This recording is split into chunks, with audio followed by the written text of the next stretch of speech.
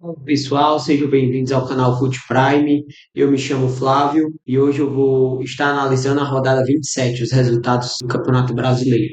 O time que eu vou estar analisando foi o jogo entre Vitória e Juventude lá no Barradão, que acabou 1-0, gol do Mosquito. O Vitória que venceu a partida e saiu da zona de rebaixamento. Foi para a 16ª colocação. E o Fluminense entrou, porque perdeu o Fluminense. Segunda partida que eu vou estar analisando o resultado foi o jogo entre Corinthians e Atlético Goianiense. O Atlético Goianiense, que é o lanterna do Campeonato Brasileiro, uma campanha pífia do Atlético Goianiense, mas é um time que acabou de subir, ia ter certa dificuldade, só que esse ano está tendo dificuldade demais e pelo visto vai cair de novo para a Série B. O Corinthians ganhou de 3-0 na Neoquímica Arena, o Corinthians que veio de vitória contra o Fortaleza na Sul-Americana. O Corinthians que no começo teve dificuldade para abrir o placar, teve poucas dificuldades no jogo, mas depois, quando abriu o placar, aí fez os 3-0. O Corinthians que venceu a partida, mas continua na zona de rebaixamento, já que o Vitória ganhou o jogo. O terceiro jogo que eu vou estar analisando aqui foi a partida entre Fluminense e Botafogo, clássico carioca. O Botafogo, que é o líder do Campeonato Brasileiro, jogando com o Fluminense lá no Maracanã, uma partida movimentada, uma partida de poucos lances claros de gol, lances que eu digo que o goleiro trabalhou, mas que o Botafogo conseguiu vencer a partida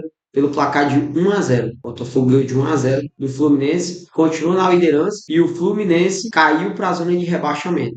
O quarto jogo que eu vou estar analisando foi no sábado ainda, às 9 horas da noite. Tinha um jogo de sábado, foi a vitória do Fortaleza por 4-1 sobre o Bahia, o clássico nordestino. Um jogo que o Fortaleza jogou de uma maneira diferente, o Vojvoda que no jogo da Sul-Americana ele botou um time que jogou no 4-3-3, um time que teve muita dificuldade de jogar com o Corinthians, já o Corinthians jogou na transição rápida e o Corinthians deu um nó tático no Vojvoda, o Ramon Dias. Nesse jogo o Vojvoda entrou com quatro volantes e deu muito certo para mapear o time do Bahia, já que o Bahia joga também com quatro volantes. Só que o Bahia tem dois volantes e dois meias, porque o Bahia tem o Everton Ribeiro e o Cauli.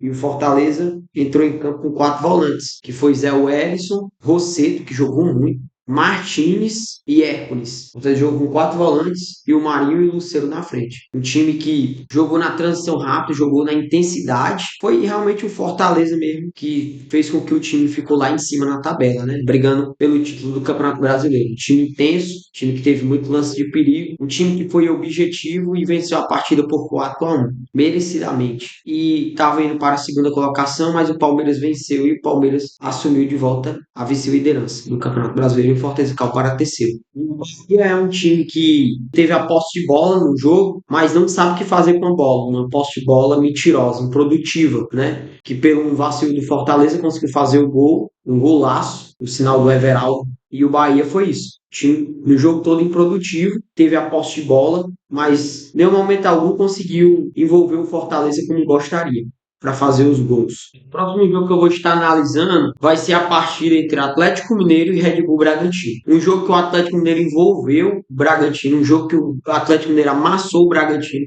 um jogo que o Bragantino não conseguiu jogar lá na Arena MRV, um jogo que o Davidson teve um pênalti pro Atlético Mineiro no começo do jogo que o Davidson bateu e o goleiro pegou. O Cleiton pegou uma defesaça do goleiro do Bragantino. Só que depois vem um lance que o Davidson faz o gol e abre o placar e faz 1-0 para o Atlético Mineiro. E depois o Atlético Mineiro faz um gol de cabeça com o Cadu, faz 2-0. E o Hulk fecha a conta, 3-0 para o Galo. O Atlético Mineiro, que na minha visão, vem fazendo um campeonato não esperado, porque é um campeonato que, pelo investimento que o Atlético Mineiro fez, o Atlético Mineiro está entre os seis do campeonato. O Atlético Mineiro, nesse momento, o Atlético Mineiro, mesmo com a vitória, ele é o nono colocado com 36 pontos. Nono colocado com 36 pontos. Agora, é bem verdade que o Atlético Mineiro tem dois jogos a menos. Olha aqui, tem dois jogos a menos do Atlético Mineiro, mas não deixa de ser ruim, na minha visão, o campeonato do Atlético Mineiro. Esperava mais do Atlético Mineiro, apesar que ainda está na Libertadores, tem chance de passar. O próximo jogo que eu vou estar analisando vai ser a partida entre Vasco da Gama e Palmeiras, lá no estádio Mané Garrincha. Uma partida equilibrada, uma partida que o Palmeiras faz um gol no começo do jogo ainda contra o Vasco, no vacilo do time do Vasco.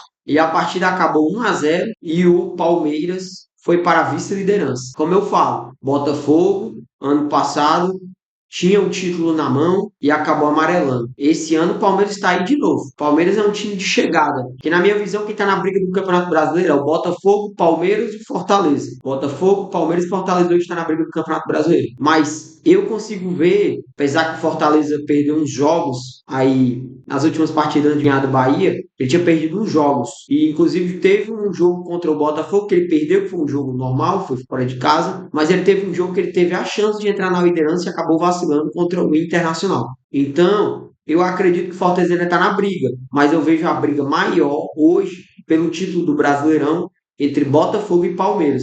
Então é uma coisa que eu falo, Botafogo. Botafogo tem que abrir o olho. Botafogo esse ano tá com um time melhor, tá com um time mais qualificado do que o do ano passado. Mas lembrando que o Palmeiras está disputando só o Campeonato Brasileiro e o Palmeiras é um time de chegada. O Palmeiras é um time quando ele lidera, para tirar ele da liderança, tem Zé. Isso que eu falo para o Botafogo. O próximo jogo que eu vou estar analisando vai ser a partida entre Grêmio e Flamengo, que aconteceu às 6h30 do domingo. O Grêmio, que foi com força máxima, está disputando o Campeonato Brasileiro, foi com força máxima para sair mais ali debaixo da tabela. E o Grêmio venceu esse jogo por 3-2. Um jogo que o Flamengo foi praticamente com a base. O jogo que o Flamengo colocou poucos titulares ali no jogo. Botou o Ayrton Lucas na lateral esquerda, colocou o Davi Luiz na zaga. O Davi Luiz é reserva do Flamengo, né? Não é o titular, não é o zagueiro titular. Um jogo que o Flamengo, mesmo jogando dessa maneira, o Flamengo teve chances de ganhar um jogo que o Flamengo envolveu o Grêmio, mesmo com jogadores que não são titulares. Mas é impressionante como a base do Flamengo é boa. Esse Matheus Gonçalves joga muito. Esse Everton, meio campista do Flamengo, também joga muito. Fez uma jogadaça pro segundo gol do Flamengo no final do jogo. O Grêmio abre o placar aos 12 minutos com o Cristaldo. Aos 25 minutos, Matheus Gonçalves. Esse menino joga bola, hein? Ele fez um gol aos 25 minutos, gol de empate, um golaço. Uma chapada no canto direito do Marquezinho.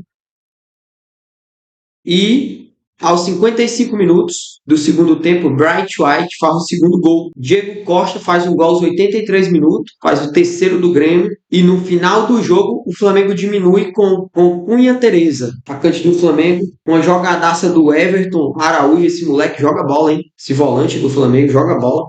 Fez uma jogadaça e no rebote o Tereza fez o gol que diminuiu o jogo.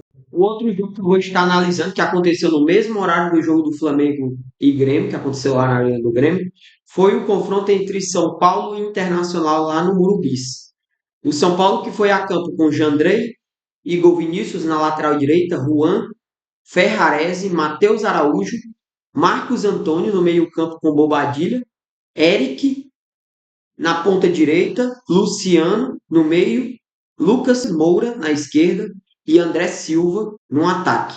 O Inter que foi a campo com Rocher no gol, Vitão e Gabriel Mercado, Bernabé, lateral esquerdo, Bruno Gomes na lateral direita, Bruno Gomes, improvisado aí, Fernando no meio campo com Thiago Maia, Wesley na ponta esquerda, Alan Patrick, esse cara joga muita bola, Prado na direita e Borré, o atacante colombiano. Um jogo muito movimentado lá no Morumbi, o São Paulo que poupou algumas peças nesse jogo, poupou algumas peças. Falar a verdade, São Paulo nem poupou tantas peças assim. O Lucas Moura jogou também, o Lucas Moura. Um jogo que o São Paulo poupou algumas peças, mas não poupou tanto assim. Time alternativo São Paulo, pode-se dizer um time alternativo. Um jogo que o Inter vinha de vitória já, vem se recuperando no Campeonato Internacional. O Inter que agora com essa vitória encostou de vez no G6, ali na briga pela Libertadores. O São Paulo que abriu o placar com o Luciano aos 5 minutos. E o Inter vira o jogo. No primeiro tempo ainda, o Bruno Gomes faz o primeiro gol do Inter de empate.